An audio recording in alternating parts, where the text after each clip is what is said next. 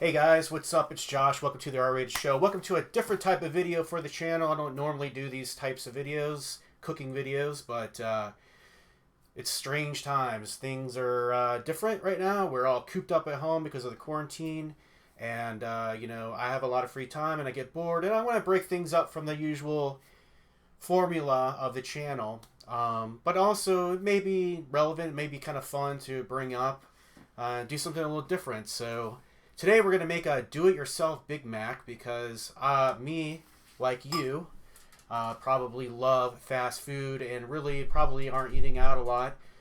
There are DoorDash and, those door-to-door services, DoorDash and Uber Eats and stuff like that, that will bring you fast food. Fast food chains are still open. But me personally, I'm not really ordering food out too much. I just tend to not want to really risk it, even though the risk is certainly pretty much low. I know there are a lot of local businesses, meaning local restaurants, that are really relying on DoorDash and Uber Eats, people ordering out in order to stay open. So I highly encourage you to support your local businesses.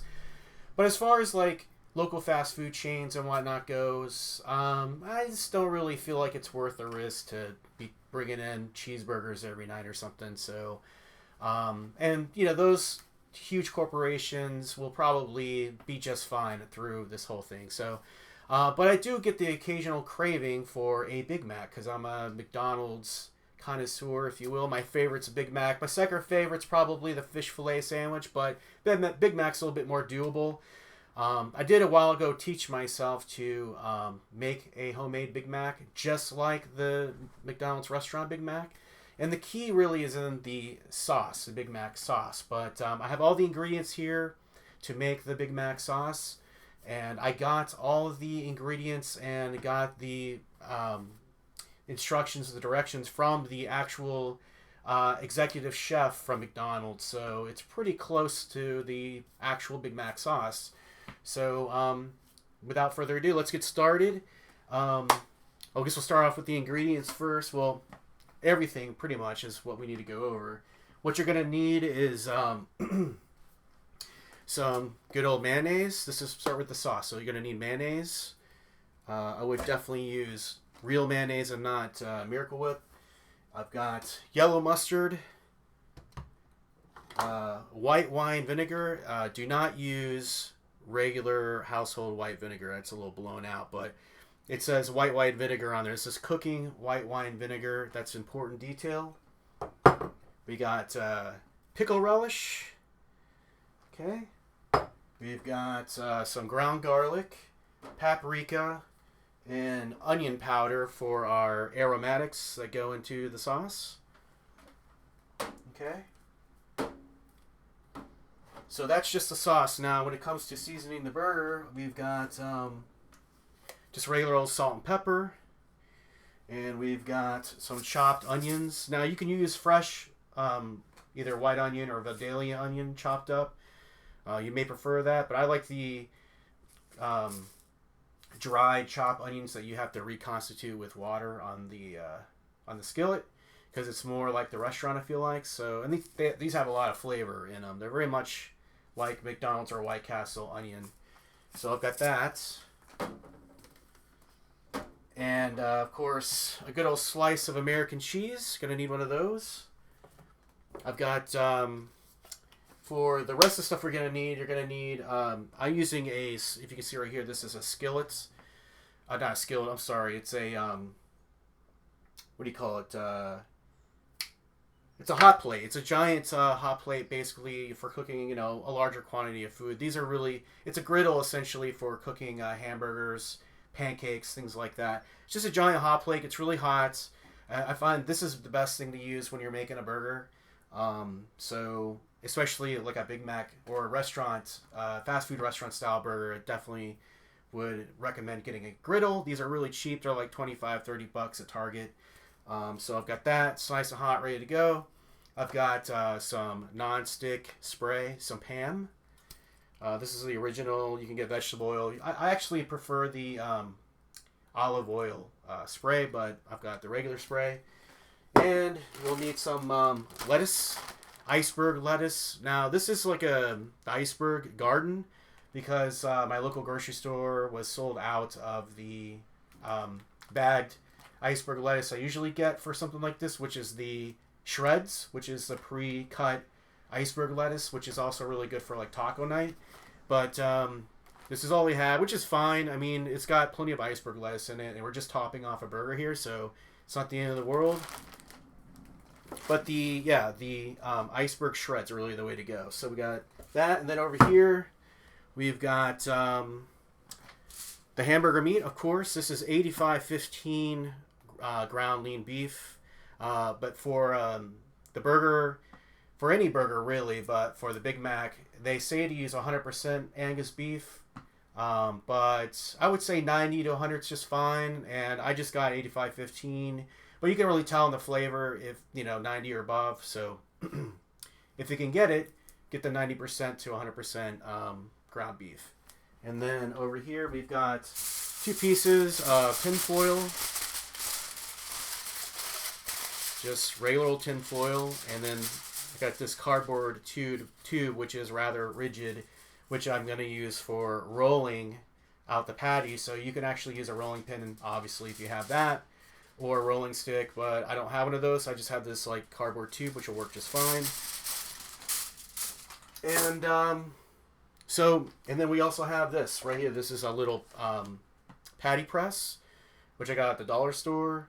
I've had this forever. I don't actually put the meat in here and press it anymore because it's too hard to actually get it out of the form. So here's the press and here's the mold. And I don't even use this. I just use this to actually cut out the patty. So I like to go a little bit bigger because, ground beef, when you cook it, it shrinks. So you want a patty that's going to fit your hamburger bun just right. And it really isn't, I mean, you can just do a hand-pressed patty if you want to, like you would a normal homemade cheeseburger. But we're making a McDonald's Big Mac here. And we all know those Big Mac patties are, they're preformed, very flat, somewhat skinny, especially on the Big Mac when they double them up. They need to be one specific size or thickness all the way across and a specific circumference. So that's what we're trying to recreate here. And it's really easy to do. It's just a little extra step, but it makes a big difference in making it feel like you're eating an actual Big Mac. So first thing we're going to do is make the sauce. And I don't have the specific measured amounts of each thing, but you can pretty much eyeball and get really close, and that's what I'm going to do. So I got a whisk and a bowl, and we're going to go ahead and make the sauce. So start with the mayo. Get a big spoon. And I'm going to get, this is a tablespoon, so I'm going to get a couple big spoons of mayo. There we go. Okay. And we gotta have some yellow mustard. I'd say about a tablespoon of yellow mustard. Get it out. My yellow mustard's clogged.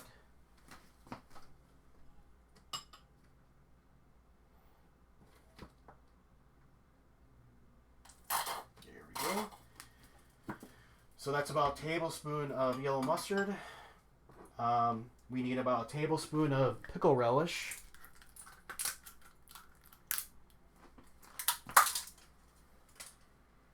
Let's see.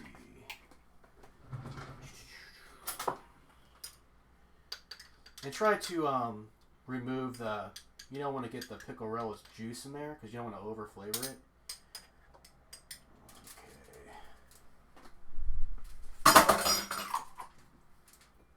So far, this is what we've got in our bowl here. Some mayo, yellow mustard, and relish.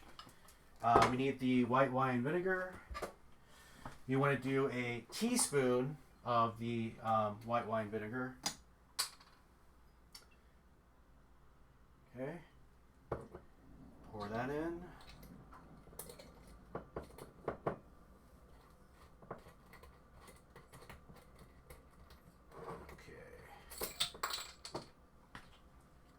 Get the cap back on. Let's wipe this off because we want our spoon to be dry when we put the aromatics, the seasoning in. Okay, so we need ground garlic. We want 1 tablespoon, or I'm sorry, not tablespoon, 1 teaspoon of ground garlic. 1 teaspoon of ground garlic. 1 teaspoon of onion powder. Okay. 1 teaspoon of paprika, which adds flavor and adds color to the BigMac sauce. Okay. Let's drop that. Look at that later. And now we're going to mix it up. Get all our mustard and mayo in there. Alright.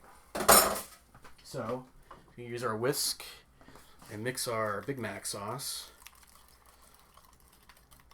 You can, this is such an easy sauce to make that you can pretty much just eyeball it and it'll be really, really close to tasting like BigMac sauce. The key is to not overdo it with one thing or the other. I've made this probably like 4 or 5 times, so I've got a pretty good idea of how it's supposed to look and how much of each ingredient is supposed to go in it. But when you mix this up really good, what I recommend doing is actually putting this in the refrigerator, putting a cover on it, putting it in the refrigerator overnight, because it actually helps all of the different ingredients to incorporate with each other. If you could use it right after you whip it up, but you could kind of tell that it's a little grainy, and that's because all the spices and stuff really haven't dissolved yet. So if you know you want to make yourself a burger, I'd recommend mixing up a batch of this and then putting it in the refrigerator overnight, and then the next day it should be good to go. So let me taste it real quick. Yep, it's BigMac sauce. What I've got here is this is a empty gelato container, and I keep these because they're really handy for different things I do. But I usually just go ahead and transfer the sauce into this, so it's easy for me to put away into the fridge later. Looking for a spatula. Okay, here we go.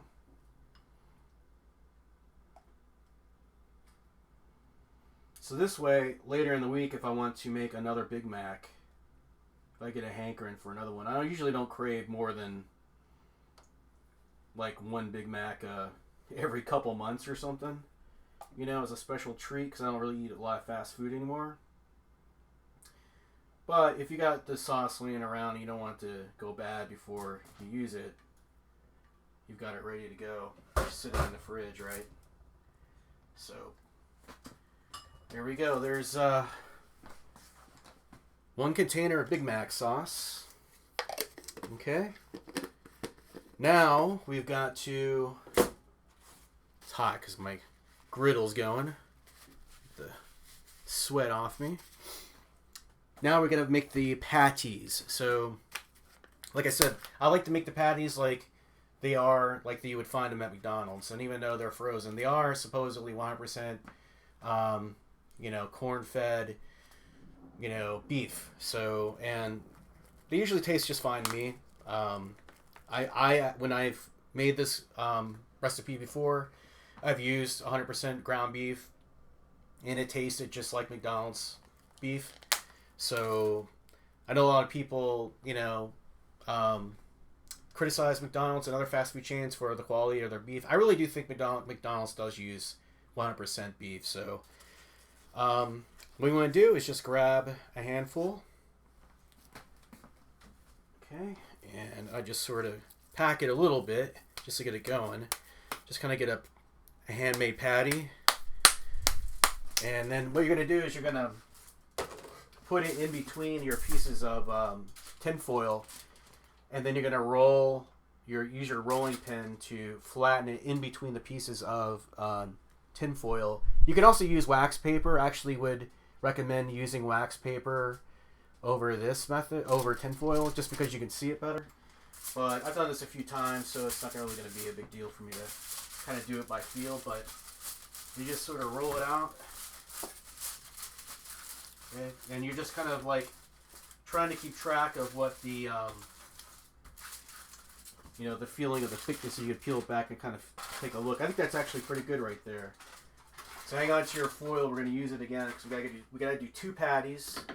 And like I said before, I have this like dollar store patty packer form, whatever. I just use the bottom to have a bigger patty, but I use this as like a cookie cutter, just to cut out the shape.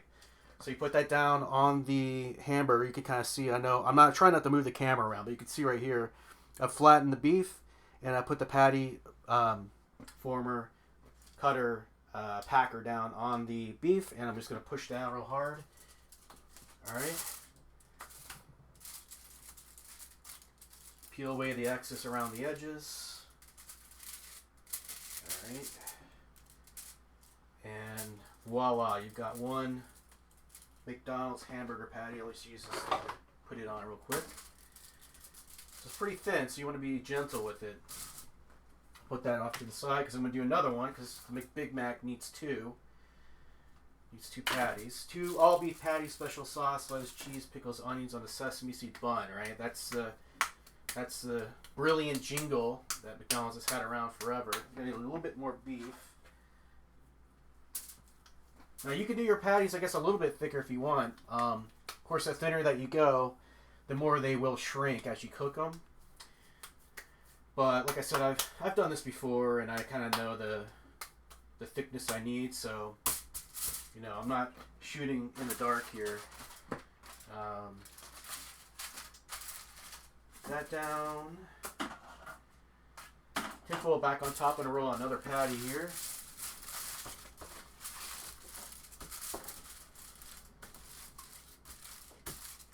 Okay. It's looking good enough, I guess. So we'll have hamburger beef left over for another day, which I'll just stick in the freezer. But using the cookie cutter for the hamburger meat preformer, patty maker, whatever you want to call it, I'm using that again to cut out my hamburger patty. Get the shape just right. Okay. Put the extra beef back on the container over here. Now we're going to go ahead and cook. Going to go ahead and cook up the patties. I did forget to mention the hamburger buns we're using, so I'll talk about that in 1 second. That's rather important. Towel. So I'm not doing this very smoothly, but it is really, really easy. It's just kind of hard to do it when you're in front of the camera. But so I'm using one of the key ingredients to making your homemade Big Mac is sesame seed bun. Of course, you got to have a sesame seed bun, and it's the bun, and then you have a club, which is a middle piece of bread in the middle. And for that, I just used the bottom piece of another hamburger bun. But I really like these. These are really close. It's the Arnold brand sesame seed sandwich buns. So I got them at my local ShopRite. And they're pretty close to the real thing. So I'm going to pull out a bun. And I'm going to pull out a bottom for the club in the middle. Okay. Put that to the side.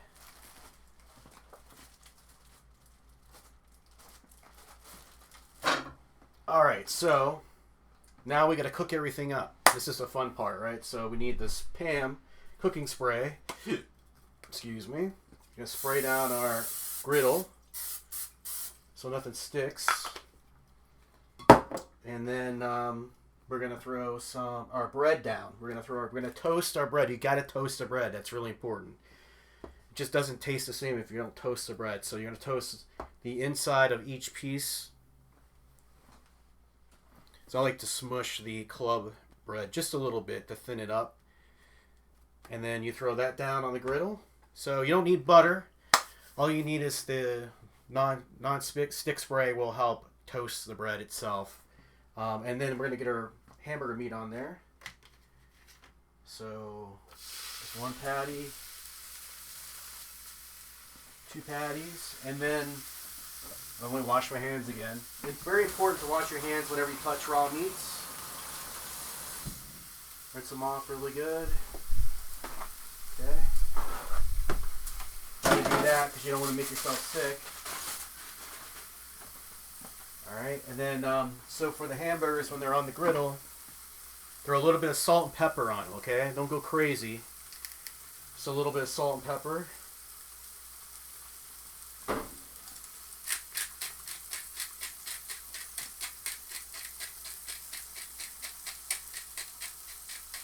So you got to keep checking those hamburger buns because you don't want to burn them.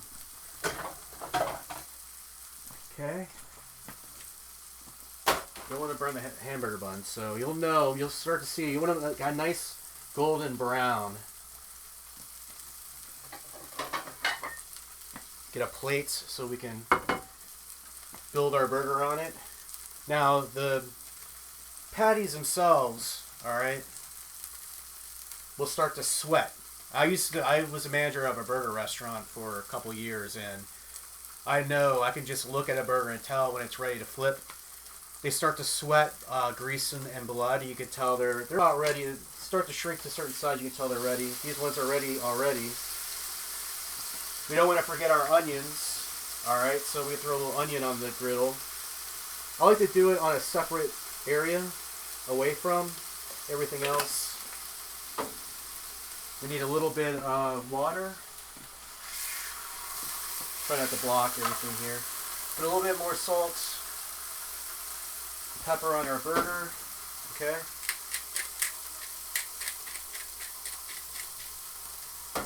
Check the hamburger bun. See, that's perfect right there. See it? Just toasted. Pull those off because you don't want to burn them. Hamburger bun, bottom. So those are all nice and toasted. And let's get our onions going over here. We're probably going to need a little bit of water, so let me get that. So we have to rehydrate the onion. So pour a little bit of water on there.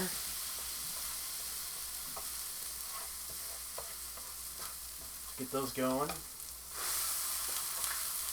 So it doesn't, because the patties are so thin, it doesn't take long at all to cook them. And these are already done. So I'm going to put that off to the side over here. Okay, let them sweat a little bit. Get our onions going over here. Let them soak up some of that water, but also grease and other fixings off the griddle. You don't want to burn them. These are maybe looking a little too dark. May want to try another batch. Let me see. Let me turn the griddle down just a little bit. Might be a little too hot. Water and where'd I do? Where did I put them? Chopped onions. So some more water down. More onion. Yeah, the onions looked a little burned. I think it was the griddle was a little too hot. Usually, the way somebody like White Castle does it with these is they steam them, really, which is what you want to do. But you know, we're doing such a small quantity that it doesn't really matter. But you want to make sure that they're completely reconstituted. Otherwise, they're going to be like these little crunchy. They're not going to be very enjoyable to eat, put it that way. But they should come back to life here pretty quick. So make sure you just get a little bit of water. We'll just cover it for a minute. Let's get these out of here. Alright. While those are cooking up, let's get our hamburger bun ready. Let's get ready to build the actual burger here. So we got the top of the burger bun, which is called the crown. And then 2 bottoms, so we need to get the sauce. So how we build this, let me think.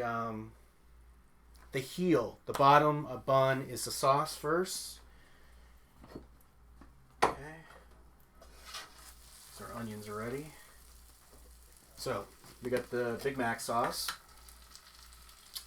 You want to put sauce on the heel and on the club, which is the middle bread. So put a little bit on there. We'll put a little bit on there.